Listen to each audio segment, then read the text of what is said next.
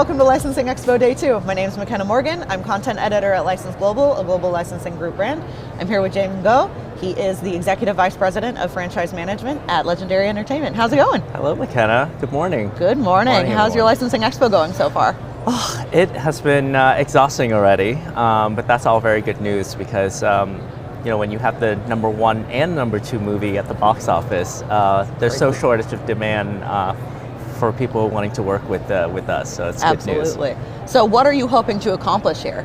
We have a pretty broad licensing program already with most of our major IPs, but there's always something new and innovative. And that's one of the things I really love about this industry is that when you think you have everything figured out, there's always something new that comes out that really pushes the envelope. And so we're hoping to find some of those key partners to really take that brand experience of our films to the next level. And we are finding some of those people so far. So speaking of those films, you guys have been making waves in the box office. #1 and #2 movies.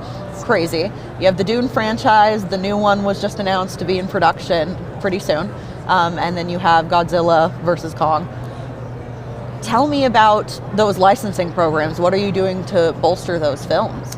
Yeah, it's very interesting because the Dune licensing program is completely different from the Godzilla and Kong or the Monsterverse licensing program. And so being able to put on those different hats and really maneuver in different ways keeps the job and the business very, very interesting for us. So Dune, for example, is positioned a little bit more premium. We focus on that core fan experience, but gaming is also a huge part of the Dune franchise in general, historically and now.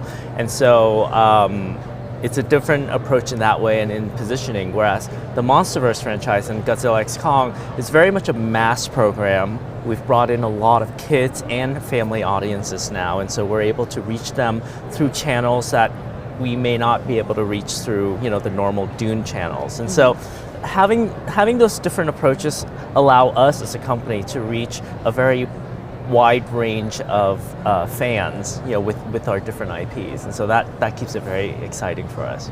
So, speaking of reaching a wide range of people, you guys went viral recently for the Dune and AMC popcorn bucket. How did that partnership come to be? Whose idea was it? How did you get that virality? Tell me about that. Have you been to our booth yet? I haven't. I need to go. Okay, so we have, I'll give you a spoiler, but we have a very cool photo op moment with the infamous popcorn bucket.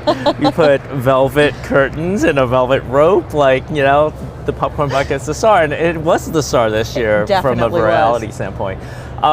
We worked with our partner Zinc, who does a lot of in-theater merchandise, for all of the major theater chain. And when the concept came in for approval, we all stood there and looked at it for a little while and go, okay. And I think, we had a very, very lengthy discussion internally with our social team, our marketing team, all the different teams. And we all realized that, the main marketing campaign for Dune has the tone that it needs to have, which is very elevated, very elegant, serious at some point. Mm-hmm. But the internet needs a moment to have fun and really engage with the IP in a different way. And we thought that this would be it. And so, we really set out for it to be, we want to call it viral, but it's really just giving our fans a fun way, or casual fans of the franchise, a fun way to interact with it without it feeling so serious. Mm-hmm. We had no idea that it would be that viral, and then TMZ picked it up, and Saturday Night Live did a spoof on it, and New York Times wrote about it, and it just kind of took a life on its own. So. I mean, that's a successful product, though. You think you're going to get one thing, and it ends up becoming, it gets a life of its own. It's a life of its own, and the value, the marketing value that it drove is just far exceeds any kind of sales that we could ever do on the popcorn itself. So I know some people who wanted to go to see the movie partially just to get the popcorn bucket. So, I mean, you succeeded there for sure. Thank you. Yeah, no, it was definitely a wide team effort to put something that fun out, and getting the reactions that we did was just very unexpected. So we're very thankful that it turned out for the best. So what is next for Legendary Entertainment in content and in product? We have a few projects that's already been announced and public out there that I can talk about, and a few that are still in the works. But as you know, we've already hired a writer for the next installment of the MonsterVerse franchise, so that is continuing to go. We have a movie with Ryan Reynolds and Jason Momoa called Animal Friends. A hard R-rated comedy, of course. And we're also in development of a live-action Street Fighter movie, which I think is getting a lot of excitement from everybody at the show this week. And then you also have the new version, the new installment, I should say, of Dune coming out soon. How are you planning on building that program? Yeah, right now, I think that's in the works right now creatively. So we'll have to wait and see kind of where that ends up in order for us to position it. But we do have quite a few big things related to Dune that's coming out.